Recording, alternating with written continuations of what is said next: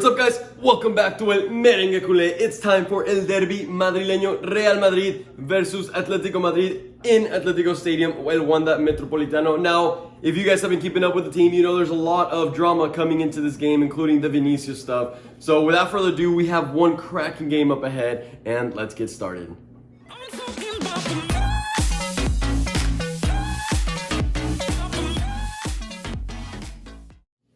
Alright guys, first off, I want to apologize because I wasn't able to make videos for Leipzig and also for Mallorca last weekend. Valverde scored some bangers of goals, but I'm really sorry that I wasn't able to kind of, talk about it or give you any reactions to that. But yeah, things have just been really tough with school. I've actually been in rotation having to move around Texas where I live, and I didn't have the setup, and honestly, it was really busy. But anyways, today we have a video. It's not going to be a live reaction. We're going to kind of take it a notch back. It takes a lot of editing time. So for today, we're going to have an analysis video. Let's go ahead and start off with the game hasn't started. Let's go ahead and start off talking about the starting lineup. We have Vinicius, Rodrygo as a striker, and then Valverde on the right wing. That's probably the main change because obviously Benzema is still out after he picked up that injury. I'm really excited to see how Rodrygo's going to help link up with Vini and Valverde, and obviously the Vini battle with Koke and the rest of Atletico Madrid after, Koke went out there and said that Vini shouldn't be dancing, and then all the Brazilians, almost so many footballers came in and supported Vini. There's a hashtag Baila Vini, so I'm really hoping that he's going to get a goal today and just celebrate dancing and just... That is the ideal scenario. But after that, other than that, Tchouaméni starting in the midfield with Toni Kroos and Modric. I think that's probably the most solid midfield that we have at the moment. And then in the back, we have no Rudiger. It's going to be Alaba and Militao, who's coming back from injury. So basically one of our most solid teams out there, obviously missing Benzema. I'm excited to see what the team can do. This would be a big statement to beat Atletico Madrid in their stadium. It's not going to be an easy game. They're going to go out there and fight hard for it. So I'll see you guys at the end of the first half with the first analysis and reactions. See you then. Alright guys, so we are back. End of the game. Real Madrid gets that 2-1 victory. Bragging rights in the Madrid derby. There's lots to talk about. This game was filled with intensity, drama, fights, red cards. Beautiful goals, so let's go ahead and talk a little more about it. I think the game started off, Real Madrid did not start off the game very well. Those first 15 minutes, it kind of looked like they were still trying to find their footing and see what was going on. Atletico had a lot of the possession, but then came those big 20 minutes where Real Madrid just kind of took over the game. Let's talk about that first goal.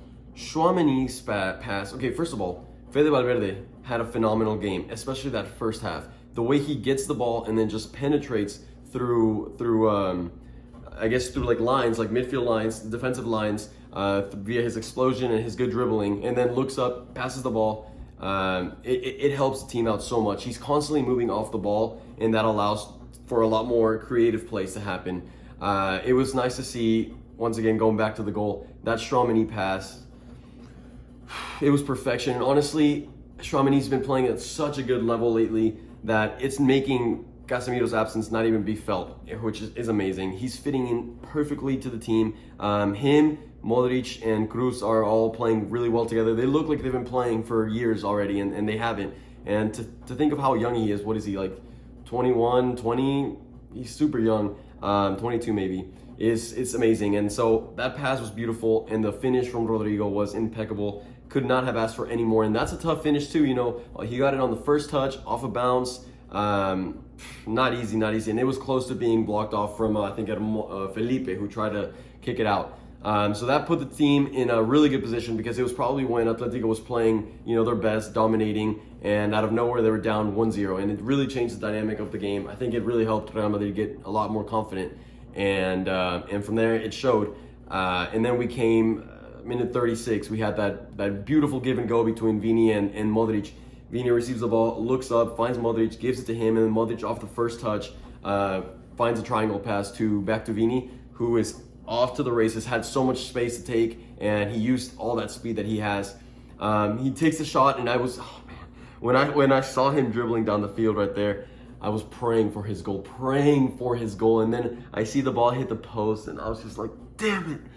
And then that's when Valverde crashes in and puts it in the back of the net, and it just felt so good to see the team that, you know, was starting to play really well after, you know, having really struggled those first 15 minutes. It all just clicked, and the atmosphere felt perfect because they all knew that they were essentially in hell, right? No one in that stadium was rooting for them. Everyone was throwing stuff at them, and they're out there just having the time of their life, scoring goals. 2-0, Atletico Madrid had no idea what hit them. It was also, I forgot to mention, after Rodrygo's goal, we got to see a little bit of dancing in the Metropolitano. And just a reminder, guys, that this week before the game, Coque said that if Vinicius dances in the Wanda Metropolitano, then there's going to be problems, and no problems today. So it honestly felt amazing to really see the team come together even more this week. I feel like this whole thing just helped the team come together. They looked like they were united. Whenever they would score, everyone would just run and hug each other and dance, and just, you know, good vibes overall for the team. I mean, the start that we're having to the season is fantastic. 6 games played, 6 wins in La Liga, and then obviously in the Champions League, two games played, 2 wins. So that's 8 wins out of 8, and if you count the Super Cup, that's 9 out of 9, which is amazing. I believe that they were talking after the game that the record for any manager was for Miguel Munoz, who coached Madrid back in the 60s, 50s, and that was 11 straight wins starting the season. So Ancelotti has 3 more to equal that record. Actually, no, 3 more to beat the record if you count the Super Cup, which would be amazing. Going back to the game real quick, like I said, it was super heated the whole time. After Real Madrid scored that second goal, there were so many Atletico fans throwing stuff out on the field. They even had to stop the game for a second and make a whole announcement. Let's see. And then the second half was a completely different story. You know, we're really used to seeing Real Madrid play mediocrely, a little mediocre in the first halves, and then the second halves come in and really change the game up. And this second half was completely different. I think their level kind of went down, but at the same time they had the perfect score that they needed, right? It was already 2-0. Atletico was not creating any dangerous chances whatsoever. So Real Madrid was just kind of chilling. They were just knocking the ball around, and Vini, I will say, Vini was trying to provoke, rightfully so, right? He was trying to provoke a lot of those defenders. He was going down really easily, kind of flopping here and there at times, which I don't really like to see Vini flop. I feel like it's not classy, but at the same time, it was kind of working because all the Atletico defenders were getting pissed off, and the game was getting more heated. And then towards the end of the game, fights broke out. Carvajal, I think he unnecessarily fouled one of the Atletico players, and then Hermoso just comes in and gets on his face, and the whole 2 teams just kind of come in for a little arguments and fighting, which is really nice to see, like that environment in a Madrid derby, which is, you know, really how it should be. And then towards the end, that's when there was a corner kick. Courtois goes to clear it. He was going to go to punch it out, and Militao slightly deflects it, and the ball ends up hitting Hermoso's shoulder and then going into the goal. And there was probably like 10 minutes left at that point, and things started getting a little bit nerve-wracking because we just went a whole 80 minutes, you know, completely relaxed in Atletico Stadium, and now out of nowhere we're only up by 1 goal. 10 minutes left. It's a little bit chaotic. It's really intense, and it's like, oh man, can Atletico actually tie it up? Luckily though, Real Madrid did a phenomenal job kind of bringing the game to an end, knocking the ball around, never really letting Atletico create any more dangerous chances. And then towards the very end, minute 91, another corner kick for Atletico Madrid. They cross it in, and Hermoso pushes Ceballos. Ceballos definitely exaggerates it, and Hermoso actually ends up getting a second yellow card, which all happened.